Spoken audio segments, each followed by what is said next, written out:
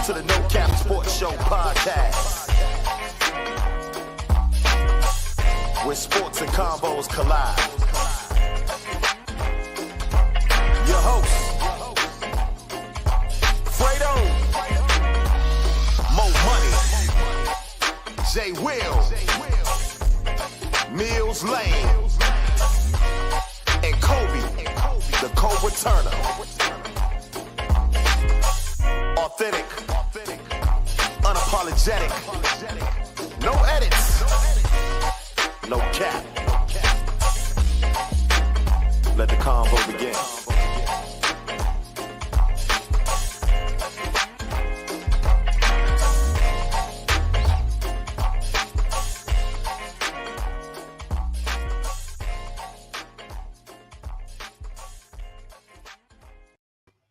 Welcome to the No Cap Sports Show podcast, where sports and combos collide. I am your host, Fredo. I'm Mo Money. Look here, man. It's a two-man game tonight, buddy. That's right. That's that number 2 Wendy's combo. Look here. Shout out to Mills Lane. Shout out to Jay Will. And shout out to Cobra, man. They couldn't make it tonight, unfortunately. But you'll catch those guys next week. What it do, Mo? Man, I'm outstanding. Outstanding. That's what I want to hear, bro. That's what I want to hear, man. Look here, man. We're not going to waste the viewers and listeners' time today, man. Look here, man. We got some breaking news earlier today, where it's basically saying that Brittany Griner was moved to a Russian penal colony today, man. Hey, man, what's your thoughts about that, champ? I mean, that don't sound good at all. No, it's not good. It's like, you know, when we read in school when they said somebody been exiled, that's pretty much what that is. It's like a exile camp where, you know, you go and you work hard and you under direct supervision.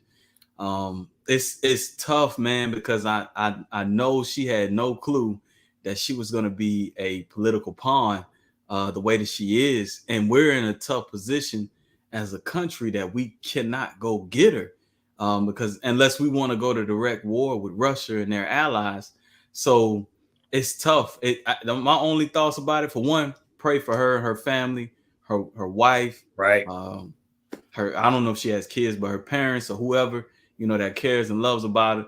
But also, I just want to keep raising this awareness for us as American citizens. Understand this: we are one of the youngest countries in the world. We enjoy a lot of freedoms and liberties that other countries do not enjoy. So we have to pay attention. And also, like, love what we have going over here. Is our country perfect? No, it's not. But it's far from being like in the throes of a penal colony, you know. So you have to like appreciate what we got in America. Watch the news. Be aware. Don't take vacations to places where it's not safe. You know, the best. Say that again, bro. Yeah, the best way I can equate it, man. If you're from the quote unquote hood or you're from somewhere different, you know where to go and where not to go. The news is going to tell you who's at war. You may not want a vacation to get some bread there right now. It's kind of hot, you know, so spicy. It's real spicy over there. So, but again, I pray for her, her family, her safety, and hopefully we can bring her home without going to war with Russia.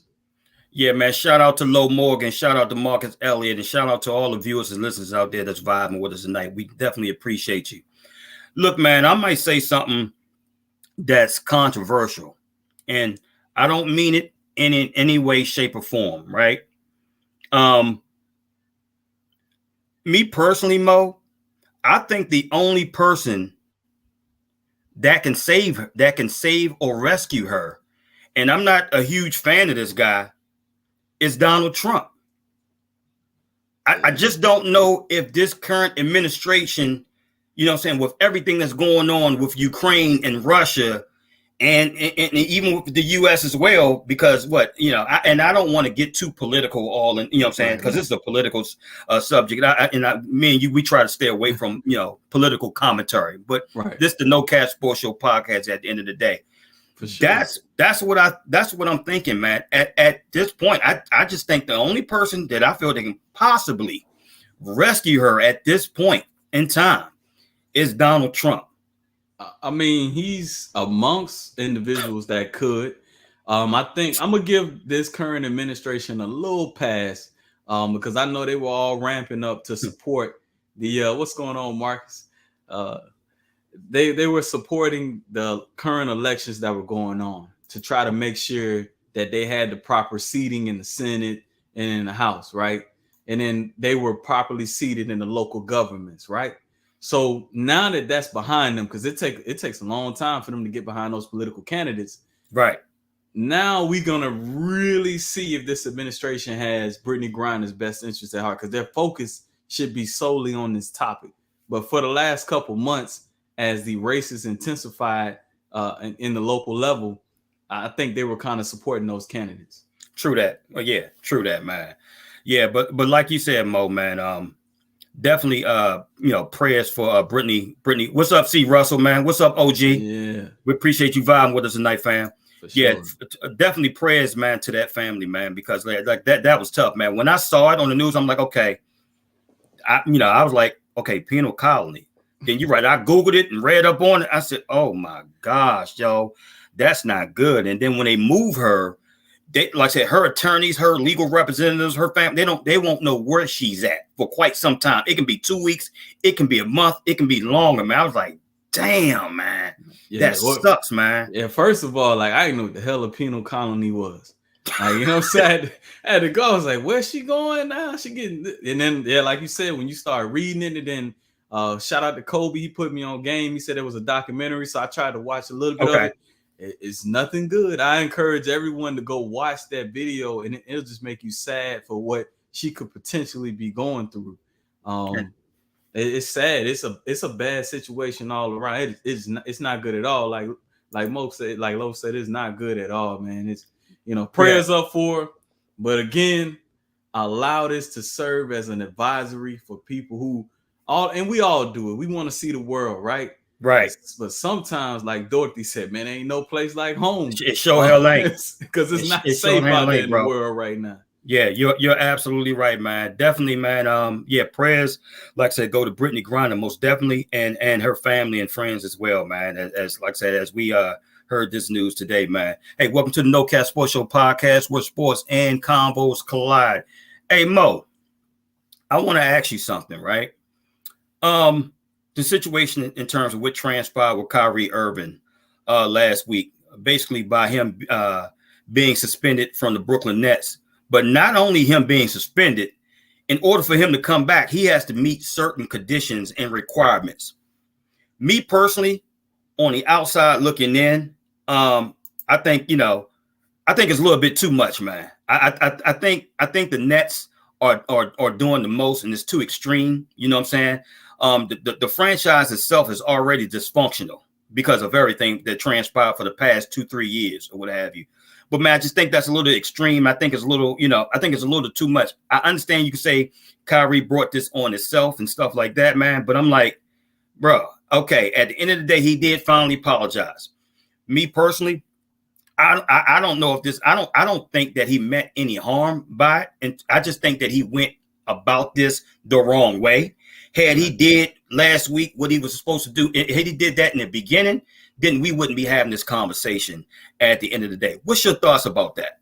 Man, I think I don't know. What's up, Chucky? President Clinton enacted this law. It's called the 3 strikes law, right? And the first time you do something, it's probably somewhat serious. I know about that. The second time you do something, it is what it is. The third time, it could be jaywalking. And everybody's like, man, they locked my man up for life for jaywalking, but they forgot about the other 2 instances. So at this point, Kyrie Irving's record or his jacket is just stacking on top of each other, and he don't get any more passes. You understand what I'm saying? That's the bottom line up front. This last instant was just enough to be the last straw. And it's unfortunate that it had to be an instance where it involved a little bit of racism or whatever the case may be. But he had sown so much bad will in the past, or so much bad seeds, that it just manifested in this last event. And like I said, the situation last year when we talked about it with the vaccine, this is a little bit of punishment from that, because I'm pretty sure they couldn't just all out like come out and stand against it, right? Because it is a choice that he made with his body. Right. But True you story. come back and you open that door a little bit, because he didn't even have to say this. You know what I mean? Sometimes you got to understand where you at, who you playing for, what you talking about. You didn't have to speak on this in that matter, which is his right. It's America. Right. But you got to understand who you are. And you can't be a voice of the people. Some people just can't be that guy. Like, I'm sorry. Right now, you got to let it die down. Let last year's situation die down. And then if you want to circle back to it, you could. But as far as what the Brooklyn Nets are asking him to do, it's more about his past record than it is about right now. You understand what I'm saying? Right.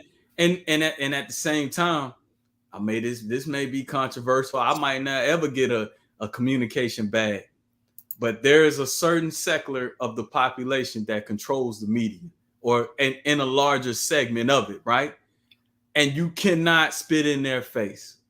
Bottom line up front, you can't spit in their face, because there's so much money tied up into those corporations, into those businesses, right? And the consumer base.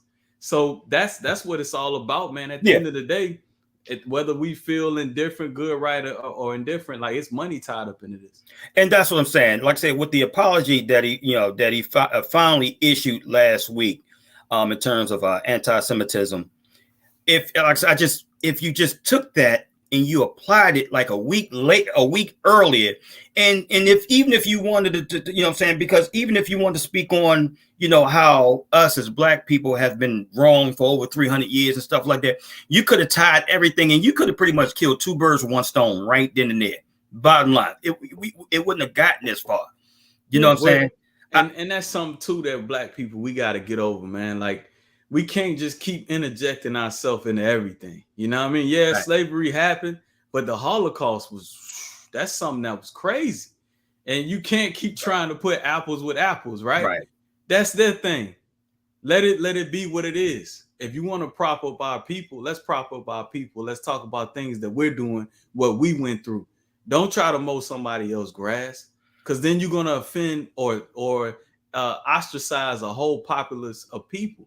You don't want to do that, you know what I'm saying? Because then now we're the racists in that instance. So just leave it alone. I'm not Jewish.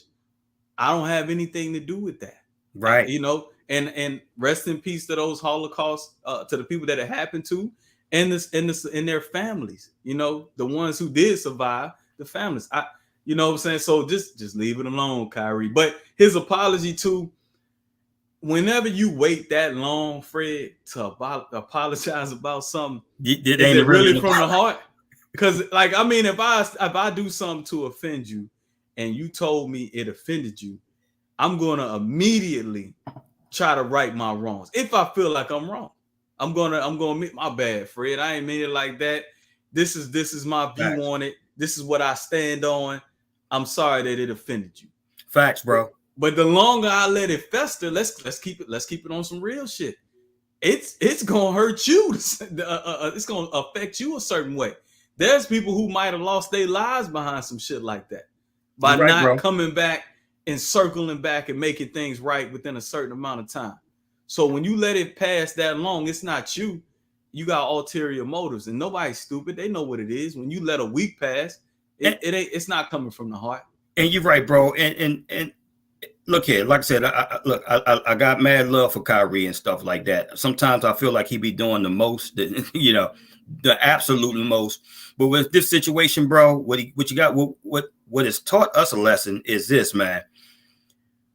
Look here, man. When you offend somebody, no matter what your beliefs are, man, you gotta apologize to them. You don't have to do it, but that's the best thing to do. You gotta apologize, man. Hey, man, I'm sorry. Look here, I conveyed it the wrong way. My apologies. I didn't mean it like that. It doesn't matter, man. Because you gotta reverse it, bro. What if it's us? Yeah. You know what I'm saying? What if it was the other way around? You know what I'm saying? Hey, man, it'd be a war. So the fact of the matter is, man, like I said, when you come across, man, with that type of speech or what have you, which I didn't think he intended to mean it that way.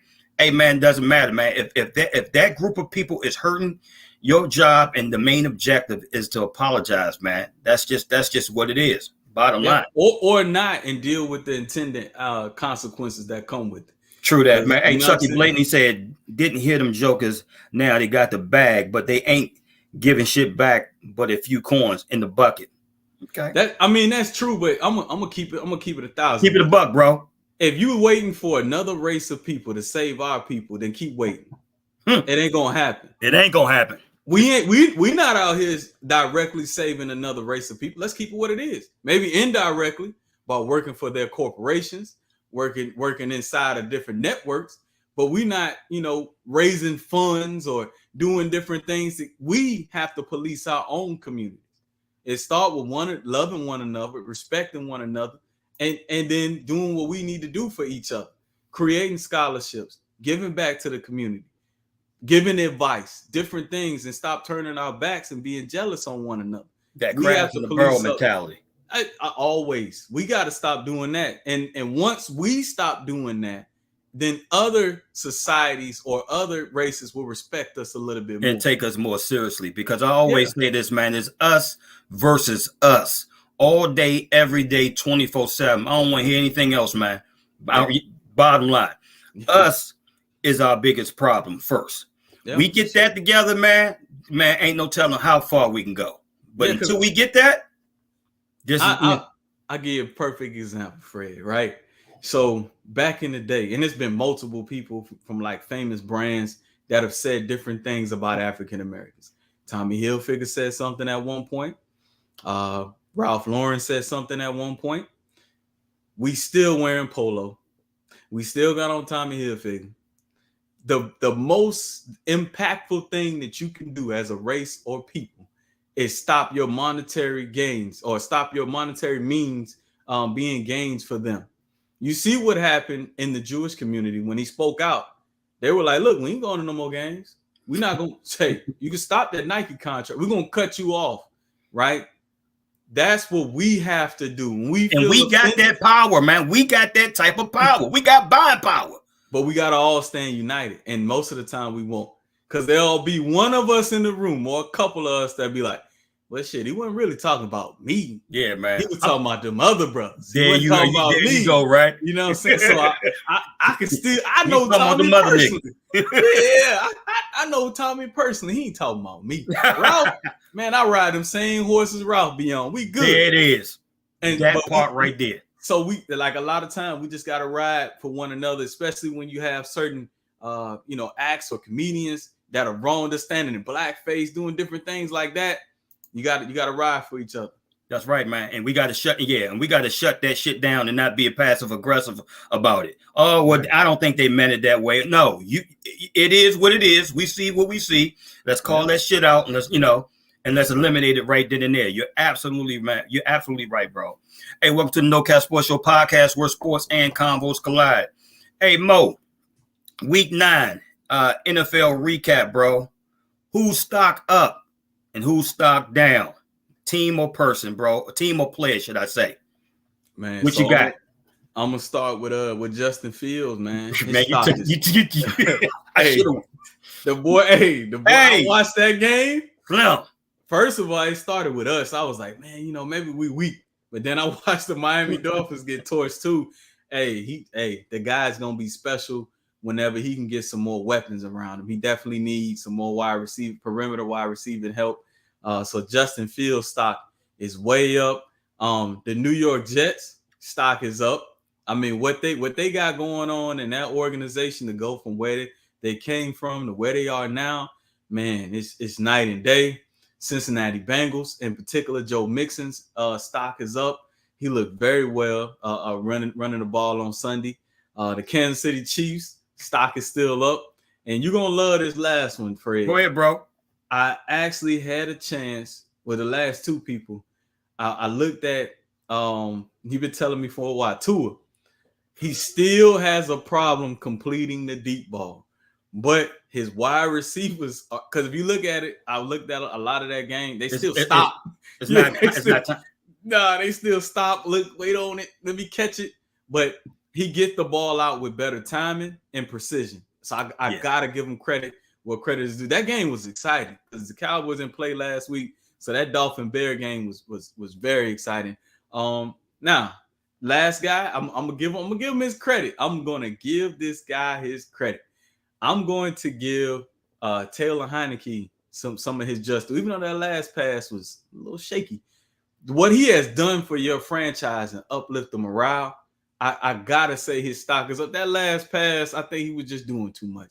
But that's what you expect from an average quarterback. They're gonna. But is it sustainable?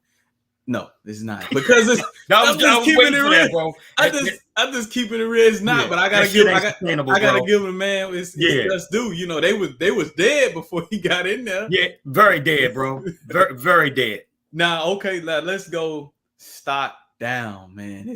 It's a lot of people's stocks down.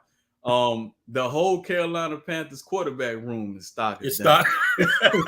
I hope they all have, got some good investments. I'm surprised you didn't get a tryout. and they've been looking at other means or other employment backup roles, because I don't think any of them gonna be starters next year. Nah, man. Stock also down for the Los Angeles Rams. That Super Bowl hangover is real. I said last year on the show, shout out to my brother Jay Will. He was like, man, I love what the Rams did. I said, bro, I'm gonna tell you, it's not sustainable, because if you start having injury, you need draft picks. The secret to the NFL, I'm gonna just give it to y'all right now, is to take young talent, pay them under the minimum or right at it, and then surround them with higher level talent. That's the secret. Spoken like a true GM. To sustaining this success. When you don't have that mid-tier talent or that lower talent and you're just paying high-end talent, if that high-end talent falls off, you're not going to have the mid-tier or lower-tier guys to pick them up. You're not. So that's the bottom line with the LA Rams. Stock down, man. Got to keep going with the stock down. For me, I don't care if it took Tom Brady to get to that last drive. His stock is still down. He played like straight trash the whole game into 40 seconds. He ain't got no line too, Mo. Right. He don't. No. And wide receivers dropping passes. They was dropping passes. I'm like, wow. Well, he was throwing some of them short too. That is true. Yeah, he was throwing. But I mean, hey, I'm gonna be honest. They was blocking Aaron Donald, and that's an unblockable force right there. It is. Because you're right. He was commanding the double team. Yeah, it was sometimes AD just took over the game and he was doing his thing. But that's kind of my oh yeah, and I had one more stock up. Go ahead, bro. I'm good. I'm another shout out to the Washington Commanders, because I watched y'all game intently because I wanted Kirk Cousins to win. Y'all defensive line and you stole my thunder for the night jump. Your two defensive linemen, your two defensive tackles, they play like grown men, and they almost won the game for y'all. So shout out to them boys, man. Y'all did y'all thing, and honestly, if y'all come to play in Philly and have that same formula, just run the ball a little bit more, y'all could beat the Eagles this week. Yeah, the problem is the current offensive line that we have, they don't sustain any blocks. You know what I'm saying? Yeah, you can run the ball all day long. You run the ball 40, 50 damn times. But if our offensive line is terrible, man. We're not a good running offensive line, and let alone we're not a good pass blocking offensive line. I'm like, damn, man. So it's like damn if you do and damn if you don't. You know what I'm saying? But yeah, it's pretty much like I said, a wing and a prayer from an offensive standpoint, man. But defensively, bro, yeah, you pretty much stole my thunder and everything that you pretty much said. Yeah, man, that defense, man. Shout out to Jack Del Rio, man. Yeah, I was very critical of him the first 3-4 games and stuff like that. But he's turned this thing around, man. They're playing as a unit, man. I really like that guy. I really like that cornerback that we got as well. Benjamin St. Yeah, Benjamin St. Juice out of Minnesota. I really like that. I really like him. Yeah, Jefferson got off here and there. You know what I'm saying? But I mean, Jefferson's a good player at the end of the damn year. He's a great player at the end, you know what I'm saying, at the end of the day, man. So it is what it is, man. Yeah, I got a couple of stock downs, man. Aaron Rodgers, man. I forgot about him. Yeah, man. I don't know what's up with this guy. I don't get it, man. I really don't. I really don't, man. And if it's a situation like I've heard like news reports and stuff like that in terms of, hey, you know, Washington Commanders may be, you know what I'm saying, may be on the list. Hell, nah, I don't. I don't want him nowhere near us at all. I'm sorry, man. Yes, he's a Hall of Fame quarterback. That's all day, every day, man. But nah, it comes with too much. It just comes with too much drama, bro. With your guy though, man, you got to think the downfall of man. It's a couple deadly sins: is ego and pride. Facts, man. And he got a lot of it. Facts, man. He said, I hope. Marlo said, I hope Chase doesn't mess up the chemistry. Yeah, bro. That's a good one, Marlo. I think they probably bring him in from a rotational standpoint when that time comes. Yeah, he's not coming in starting, like he was last year. They're going to ease his way in. They're going to bring him on a rotational basis and stuff like that, man. But you're right. The actual unit itself, man, is playing together, and they're playing for one another. I just wish the offensive side was playing that way. But we definitely know we need to address the quarterback room at the end of the day, sooner rather than later, man. So, hey, welcome to the No Cat Sports Show podcast where sports and combos collide. This is Fredo and Mo Money. Hey, Mo. Hey, I know you caught those games, man, this past weekend, man, in terms of Alabama. Yeah. Yeah, we lost at LSU. Uh-huh. And Clemson just got boat raced by Notre Dame.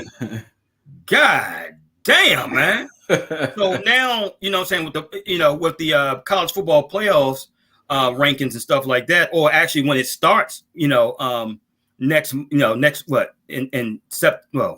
December or what have you. Yeah, December. That's when they come. For the first time, you're right. You're not going to have Clemson or Alabama in it right now. And they said that we got some type of percentage, man. No, we're done. We're done. LSU would have to lose their remaining conference games, and then we would have to win out. And yeah, we'll go to the SEC championship. Whoop-de-doo, bro. That don't mean anything. The fact of the matter is this, Mo. When I look at Georgia Bulldogs, and I really owned in on them this weekend. When I looked at Georgia, man, that's Alabama. Mm-hmm. That is Alabama.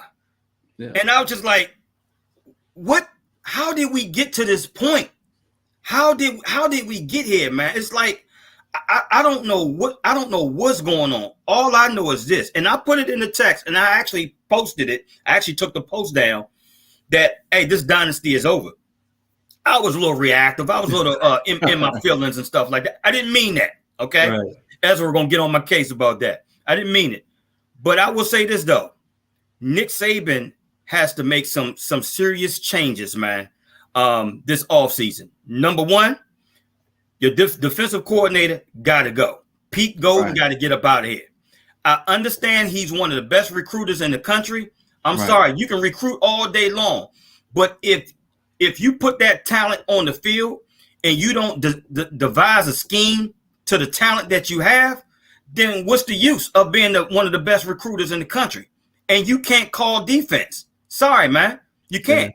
You got Will Anderson dropping. You got Will Anderson dropping back as if he's a linebacker. No, he's a rush in. You got Henry Tua. You got Henry Tuato. He got he averaged about 10 tackles a game, but people fail to realize those 10 tackles he jumped on the pile, and he's getting credited for those damn tackles. He can't play middle linebacker for us worth a damn. And we definitely got to get rid of our offensive coordinator, Bill O'Brien. He can't call a game whatsoever. He has no feel for the game. I look at Bryce Young, Mo, and I'm like, you know what? If you take Bryce Young from this team, bro, we would probably be a 500 team. Bryce Young actually masked so many deficiencies from an offensive standpoint by him and the running back, Jamar Gibbs. We don't have no receivers. We don't have no number one receiver. They're inconsistent. Our line is inconsistent, man. It's terrible, man. But Nick Saban he's done this for the past 2 years, man. He got to get rid of him. But what Nick Saban made a huge mistake on, Mo, is this. You should have capitalized last year. When we lost to Georgia in the championship, that was a perfect opportunity to make that move to get rid of the offensive coordinator and the defensive coordinator. Bottom line, to make them, because basically what you did was you wasted Will Anderson junior year along with Bryce Young. and they're not coming back. Right. So now we're gonna have to pretty much be on rebuild next year. So I don't know, man. And then Clemson, man, that quarterback, I can't even pronounce his name, Udakwe or whatever. This is ridiculous, man. He is just his freshman year. I mean, I'm like, man, this dude is going to be a problem. What the hell has happened to him, Mo? He to me, he was never really that good. I think he had some attributes about him, but that's true. That's true, Marcus. But the thing about Clemson and Alabama, right, where they had a decided advantage over the rest of the country pre-NIL deals, is that you could look at their bench and arguably Alabama's second string offensive, defensive lineman, linebacker, inject a position group could start for most programs. Well, with the infusion of NIL deals, these guys on your bench are no longer waiting. These recruits are no longer waiting. If somebody else come along with a better bag or a better situation, they out of there. And so that's what Alabama and Clemson have to adjust to. They're no longer the only game in town for a lot of these recruits. And, you know, and it's generationally too. Every now and then it happens. You saw it happen with the U. You saw it happen with Florida State, where guys used to just be comfortable sitting on the bench because they knew when their time came up, they was going to be on TV. They were going to be in all the big games. And then there's a generation that's like, nah, I'm not doing that. I could just go to FIU, or I could just go here and I could get the same shine.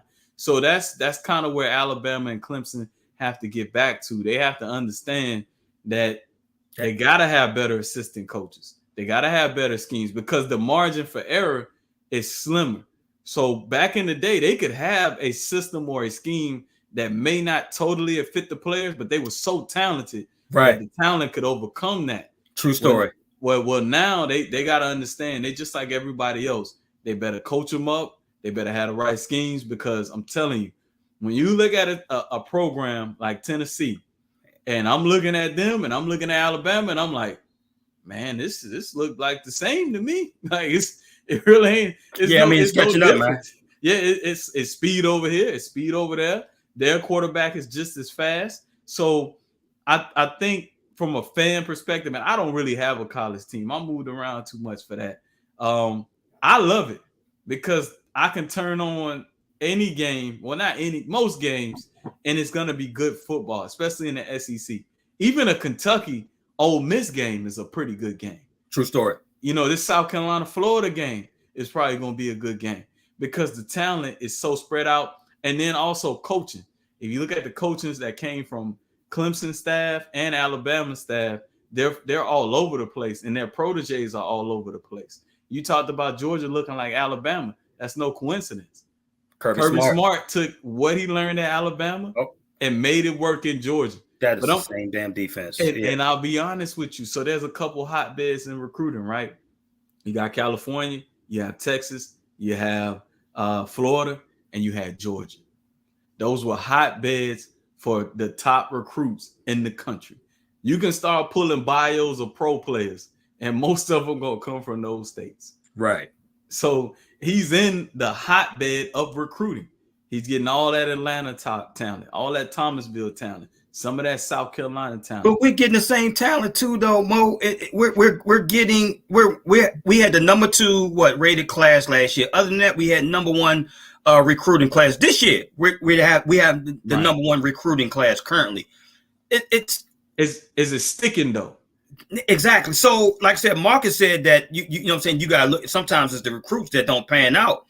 But isn't your job that's what I see. My thing is this. My philosophy is this. If I'm coaching, man, it's not, I have a philosophy, but if I got a talented player, what have you, and it doesn't resonate with my philosophy, that doesn't mean that it's not the recruit. Maybe I need to tailor it a little bit towards that recruit's strengths and weaknesses.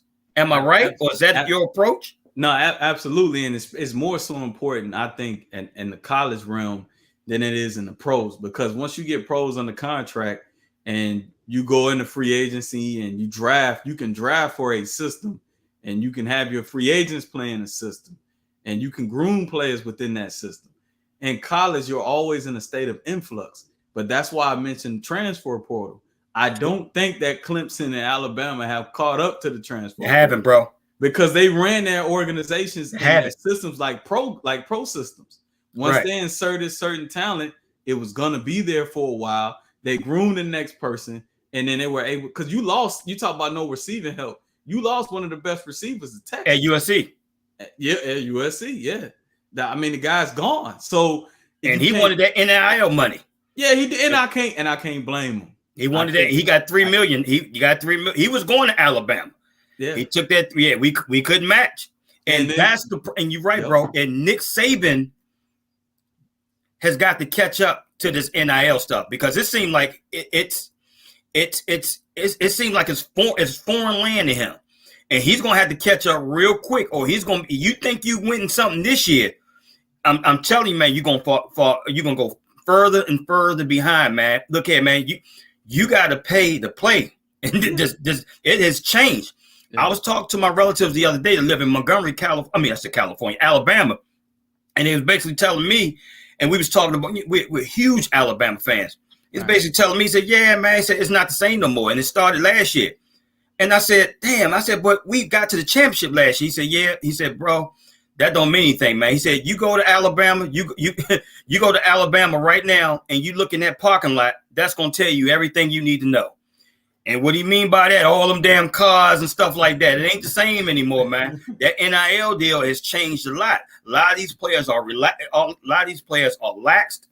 You know, you're right. Nick Saban used to keeping everything under one umbrella and under one system. It's changed big time, man. Yeah. And I don't know if he's going to be able to. I hope he's able to adjust. I don't know, but he was obviously complaining about it before the season started. Well, he's going to have to now, man. He's going to have to now, or he's going to have to, like I said, just go off in the sunset, man. Because next year will be the telltale. But next year, bro, like I said, next year, it's going to be an off year because, like I said, everybody's leaving. So this was the year that you need, you know what I'm saying? Everything was hyped up in the beginning of the year. This is a championship team. They're going to be doing this and doing that. And it just hasn't came to fruition, man. It is what it is. Marcus said, honestly, to see Deion planning in the next 5-10 years, a lot of these big schools aren't dominated like the past. Yeah, but you're right about that, Marcus. I think Deion is out of there. Yeah, I'm Deion gone. If Deion can get an FSU deal, if he can get a Auburn deal that's out there now, hopefully Carnell Williams can hold it down. Cadillac, you know, I like him. I like him too, man. Hopefully he can hold it. If not, there will be a school. And it may be Alabama, because Nick Saban may come to the conclusion, like you said. Yeah, you're right. And he might just be like, you know what? I'm too old right now. I don't want to deal with this. I want my legacy to be on the line. If Alabama bring the bag up, I believe Deion will be out of there. Because Deion, at the end of the day, we all know prime time.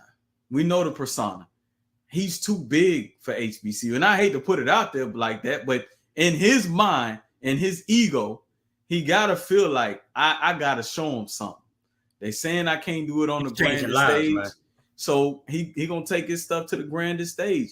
And if he leave, I don't want to hear nothing from the HBCU community, because he's done more in his 2-3 years time there than it had been done years previous. He's put the spotlight on. He's put the spotlights on not only Jackson State but HBCU period, in terms of how everybody view HBCU sports, especially football.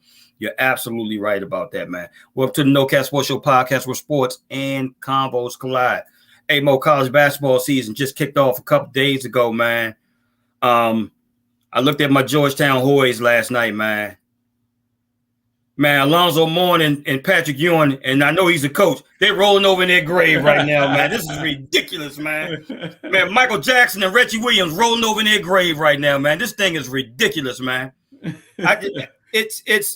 We almost lost to Coppin State last night, man. And Juan Dixon, you know what I'm saying, former Maryland Terrapins superstar. He coaches Coppin State. Yeah, we had to actually put it. I mean, we had to go to overtime in order to beat them, man. It goes. I don't know, man. All I know, Mo, is I remember all the good times and the good years with Big John and all these dominant teams and stuff like that, man. And and then the son took over and stuff like that, and we was rolling with him, and it's just, man, it hurts, man. Yeah. It hurts, bro. Yeah. It really hurts looking at this. Right. It does, man. Oh my God, I remember a time that you can turn to Channel 9, and that's probably one of the, that's one of the, they played in pretty much every big basketball game on televisions. It's just gone. I don't know what we need to do to resurrect it or to get it back. I don't know, man. It just hasn't looked good, bro. Well, first of all, John and the staff and everybody that's there and Patrick Ewing, they got to win the DMV. You can't have all that talent that's coming from that area and you letting it go to North Carolina. You letting it go to California. You got local homegrown talent. Y'all got some of the best schools in America. How Kevin Durant didn't end up playing for the schools that are in the local area, personality and personal stuff aside, is beyond me. So that's where you got to start. You can't win America if you can't take care of your AAU shit, Mo. Yeah, that AAU, man, is crazy, bro. There's a lot of these coaches, man, that's not about that AAU scene like that. I know Gary Williams wasn't. Gary Williams was not a fan of that AAU scene at all. Well, you see where it got him. I mean, he got a championship out of it, but you're absolutely right. From a sustainable standpoint, you're right. You're right. I mean, how long ago was that? Right, and that's 2001, 2002, man. Yeah. It's cats walking around on God's green earth right now. They ain't never seen that. I don't know. Look, I love Patrick Ewing, man. I don't know what we're doing from a recruiting standpoint. I don't know, man. I don't know. I'll be honest with you, and this might sound a little bad. No, you say it. For a guy like Patrick Ewing, who was horrible in front of the camera. What is it, see? How is he gonna sit down with you in the living room and compete with John Calipari or Hubert Davis? Like, I don't know those guys personally, but just watching their interviews, I mean, man, it's like it's night and day. So what are you selling, right? What are you selling? Are you selling the fact that you played in the NBA? You know what I'm saying? You're a Hall of Famer. I mean, what is it that Calipari is doing that John Thompson can't do? I mean, not John Thompson, that Patrick Ewing can't do in these living rooms. What is it? So first of all, Patrick Ewing got to start all the way over, because Calipari can put his hand on about 10 to 15 pros. He can put his hand on about 3 or 4 number 1 picks in the draft. So he can't give them the same Calipari speech, because even when Kentucky doesn't win a championship, they're still getting number 1 picks in the draft. So the exposure is happening. The relationship. This is where it came down to, bro. Nobody want to win championships anymore. It's about exposure. It's a business. At the end of the day, college athletics, we can call it for what it's worth. Those days were gone when they enacted the one and done rule. It's, if I can't get this championship in this 1 year, I'm out of here. I'm coming here to enhance my brand to get drafted. Bottom line up front, unless a guy or well, they not women, but just guys really want to go into the draft and don't want to go to the G League, they're gonna have to go to a collegiate university or overseas, and the overseas stuff hasn't worked out for guys. So they will go to a university for 1 year. Matter of fact, not even a year. We're talking 2 semesters, maybe 3. Because they only have to remain academically eligible for 2 to 3 semesters during the basketball season, and then they dropping out. Because if you look at it, a lot of times these guys, as soon as the March Madness tournament is over, right, they go on to train and they don't go back to school. So they really only going for that from August to March, and then they out of there. So it ain't no championship branding anymore, Fred. If he wants to do that, what he's going to have to do is he's going to have to get into the secondary market. Right. He would have the one and dones, because the one and done, which he doesn't get anyway. He doesn't get one and dones. He's in the secondary market right now, like the 3 stars and the 4 stars or whatever. So yeah, or he gonna have to. So my thing with a guy like Patrick Ewing, y'all had a great talent there that's not pro ready. Trevor Keels was not pro ready right now. outstanding young man, And we were outstanding player. recruiting him too.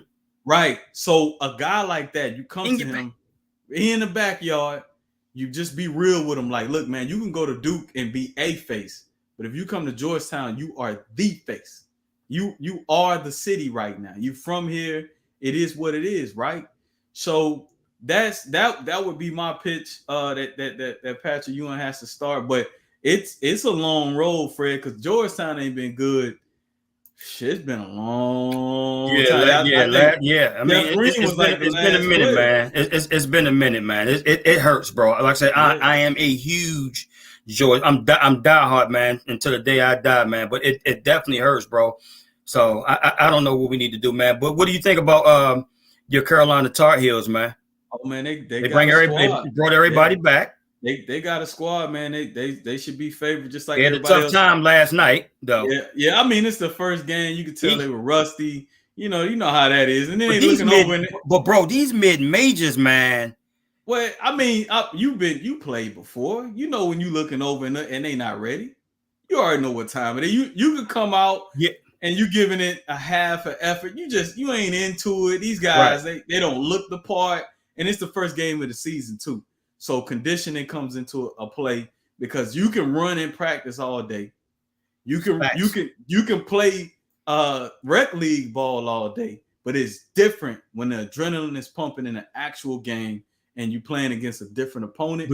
So I think that's what plays a part in it. But you know what though, Mo? With these mid majors and stuff like that, bro, the reason why they're competitive, that you can't sleep on them, and that they're competitive the way they are, because their team is together. You know what I'm saying? There's no one and dones and stuff like that. They got a lot of continuity, you know what I'm saying, amongst their team. You know what I'm saying? And when they're playing against a Kentucky with 4 or 5 stars, and they're playing with each other for the first year and the first time and stuff like that, I mean, the likelihood from a competition standpoint, you can't really be surprised, man. Yeah. You can't.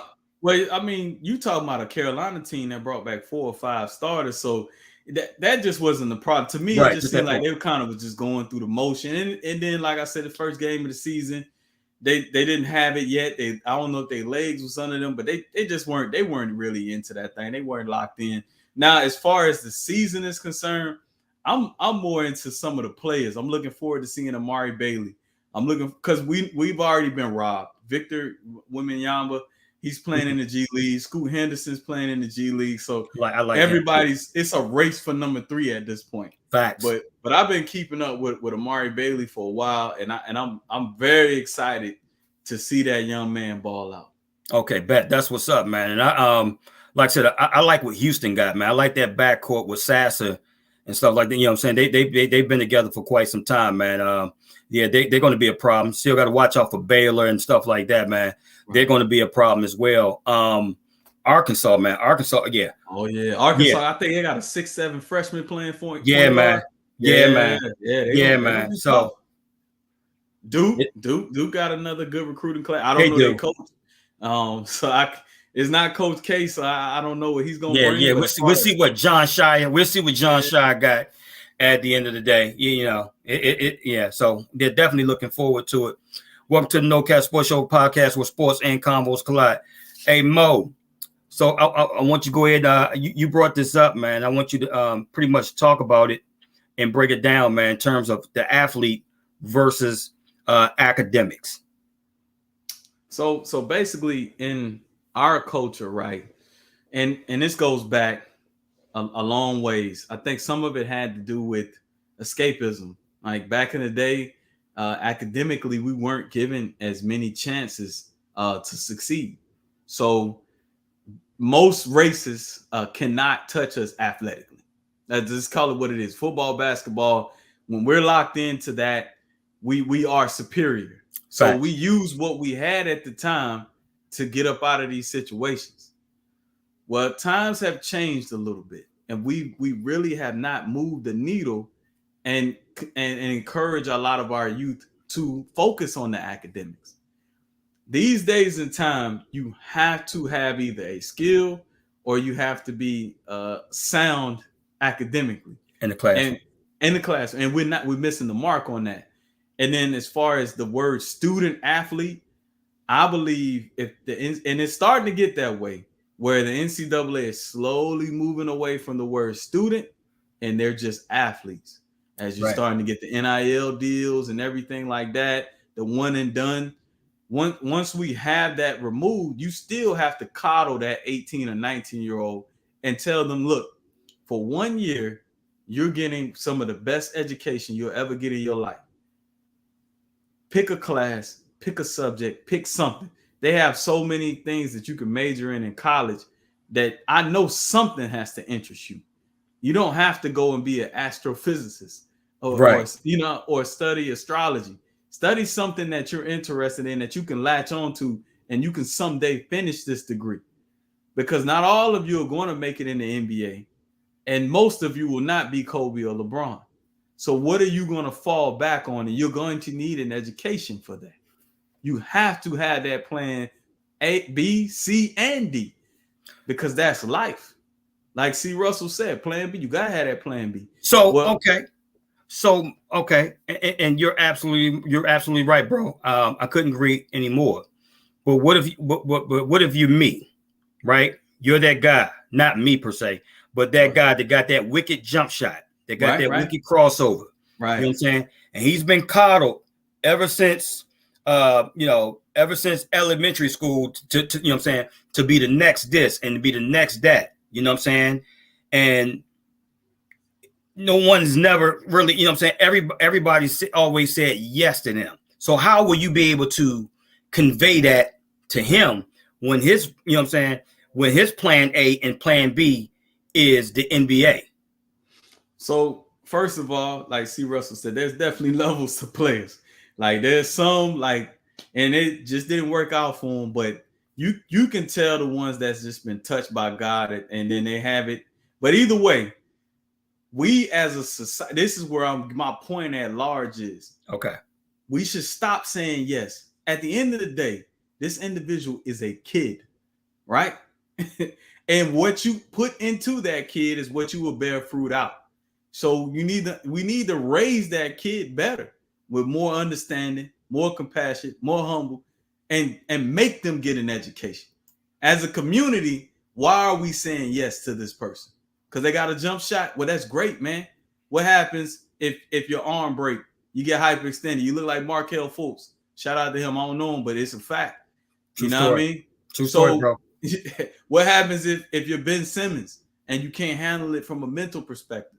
What are you going to do? What are you going to fall back on? If the only thing you know is your jump shot, you have no secondary skill in life. So you need to become a well-rounded individual so that when this jump shot that you have now, if it continues to fall, great. You'll be the next LeBron. You'll be a billionaire. You're right, if it man. doesn't fall and it doesn't work out, at least you'll still be able to be a productive citizen in America. Yeah. And that's where we come in at. But how do we do that, Mo? Because if you know what I'm saying, you got this guy with the wicked jump shot, he got mad game. He's been told that he's going to be this and be that. And not on that, Mo, he's coming, you know what I'm saying? He's coming out the hood. He's coming from the hood. He's in his own element, surrounded by his own environment. How do you crack that code? How do you embed that in him or her? You know what I'm saying? Because they've been told this and they've been carried on a high pedestal in terms of their skill set. How do you convey? I guess that's where I'm going at, because I'm looking at all the circumstances, man. Right. This guy and this woman, they trying to get out the hood. They trying to take care of moms and pops. So first of all, in a perfect world, it wouldn't be a hood. There would just be a tenement. You know what I mean? There wouldn't be any drugs sold in it. Everyone would live decent. You know what I mean? Right. So that's the first start right there. When we talk about Kyrie Irving and doing this and that, save that same energy and let's do away with more project housing. That's the bigger picture at large, right? Right. The second thing is changing our mindset. Like it may take one kid at a time. Like you can look at a kid like Kevin Durant.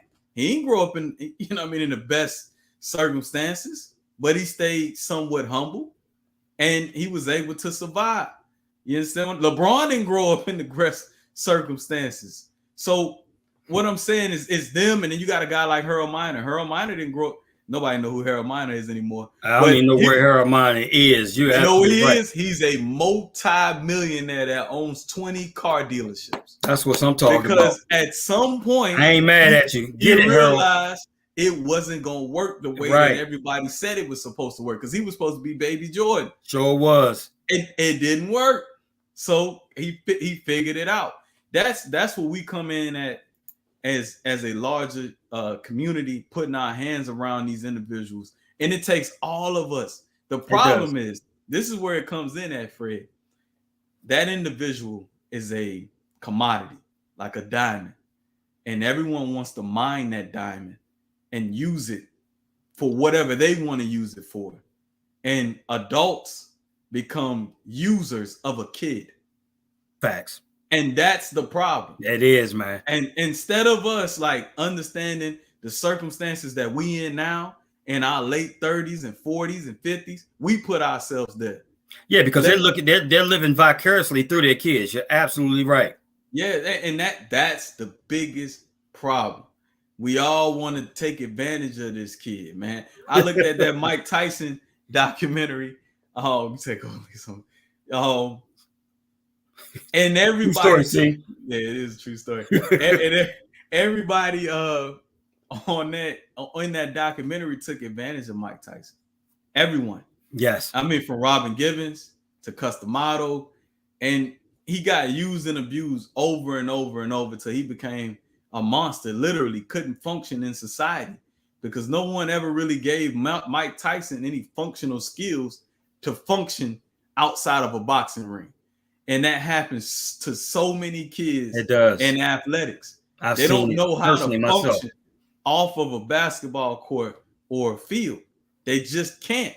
And that's what we fail. Even if this person, like, we got to keep it real too. Not everybody is blessed with the kind of intelligence that you're going to be the next lawyer, doctor, or something else. Right. But we have so many other jobs in our society. You need to give that individual some type of skill, some type of guidance to do something other than dribble a basketball or throw a pass, catch a pass, whatever. That should be, to me, if we did this right as a society, that is your secondary skill. Your first skill is the thing that no matter what, if you don't make it big, you can still make money off of whatever it is. It could be doing what we do now. If you have the gift of gab and you can talk to people and you have an eye for marketing, then maybe you can own a podcast. Facts. If that's your thing. If you are blessed with coordination and you can wield a hammer, there's nothing wrong with owning your own carpenter business. It's not. By being an apprentice. But these are things that we don't talk about. Because even as adults, we talk about their skill set, right? We go to the park, we're like, dang, that boy's good. So when we talk to him, we don't talk about nothing about life. Hey, man, you need to dribble with the left hand, don't dribble with the right. You need to do this, you need to do that. Rarely does anyone ever stop and say, hey, man, bro, what's your plan if this shit doesn't work out? Like most of the time, nobody asks them that. Nah, because you're right. It's only one shot. That's they're looking one. It's one way and one way only, man. But you're absolutely right, and that's when you run into problems at the end of the day. If you don't have a backup plan, and that's just life. Period. You're right. But you're absolutely right. Yeah, and it starts really some. I think Mills brought up a great point. Shout out to Mills. She works in the public school system. The public school system at some point, I know when we were going to school, they did have those conversations. There were those advisors that were there that would tell you those, whether you listen or not is a totally different story. That's another issue too. You're talking to an adolescent who the gems may not seep in until later in life, but they will seep in. You're not a total failure if you're 25 and that light bulb just come on. You know what I mean? It is what it is, because in the paradigm of life, you're still in your infant stages at 25. You still got if you're blessed, another 45, 50, 60 years to live. So it's better that you get it now. You got enough time to still get a Social Security check. So give them those gems, plant those seeds, don't give up on them, and understand that every generation is different. So you think they're lost now, but they'll get it eventually Don't give up on them. Don't say, man, this generation, they ain't listening. Your generation didn't listen. My generation didn't listen. None of us listened because we thought we knew it all. But Facts. some of those same life Lord lessons, knows I did. Yeah, I did too. They seep in now, and we use them, and we impart them on our kids. So that was just my whole part of it, is that sometimes we separate the two. We look at a person who's academically sound, and then we look at somebody in sports. We need to kind of put them together, because some of those same teachings that we give, that we learn playing sports, the camaraderie, all of that good stuff, some of that you need to part on somebody who's academically sound as well, because a lot of our astute academic individuals, they become introverts and they become isolated. So bring them up, give them some life lessons about camaraderie, team, and bring them out. Try to bring them out of that shell, because the teen depression is high, So make sure we showing those individuals teen suicide. You're absolutely right. Mental health, all of that. You're right, bro. All of that, because you got to think, man. Like in a school, right? Let's say I'm the valedictorian. Ain't nobody showing me no love like that starting point guard. But that joker barely go to class. You know what I mean? They barely show up.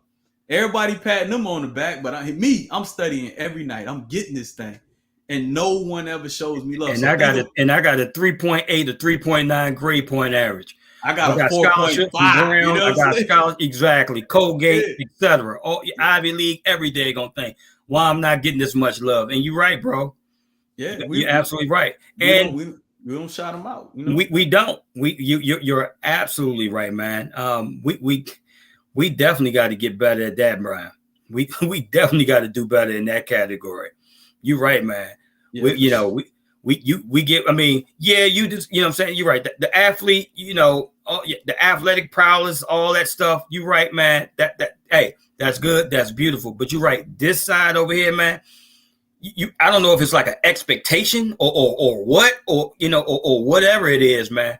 But you're right. We rarely acknowledge that. We rarely acknowledge that side of it. And it's time that we start doing that. It's a cultural thing. Because I'll tell you, I've been in towns that were predominantly Caucasian, and when the valedictorian graduated, that person got their picture in the newspaper.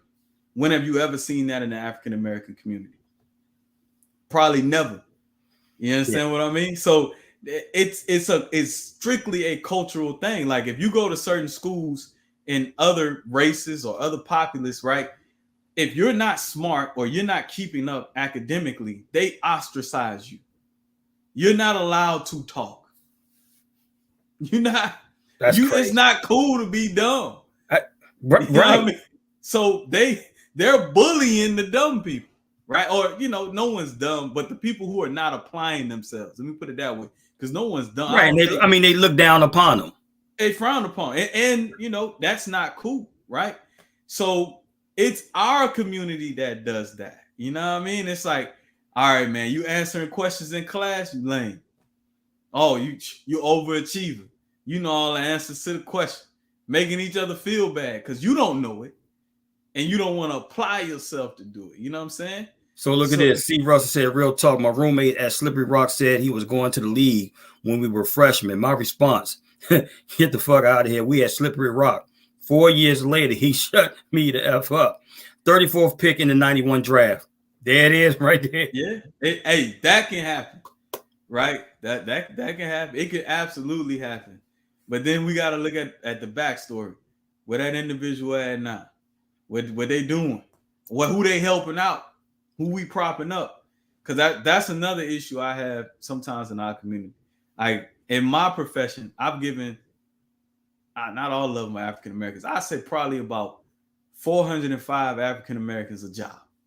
Was it a job in the United States Army? It was a job, but it was a job that changed their outlook and their perspective on life. You understand what I'm saying? Right.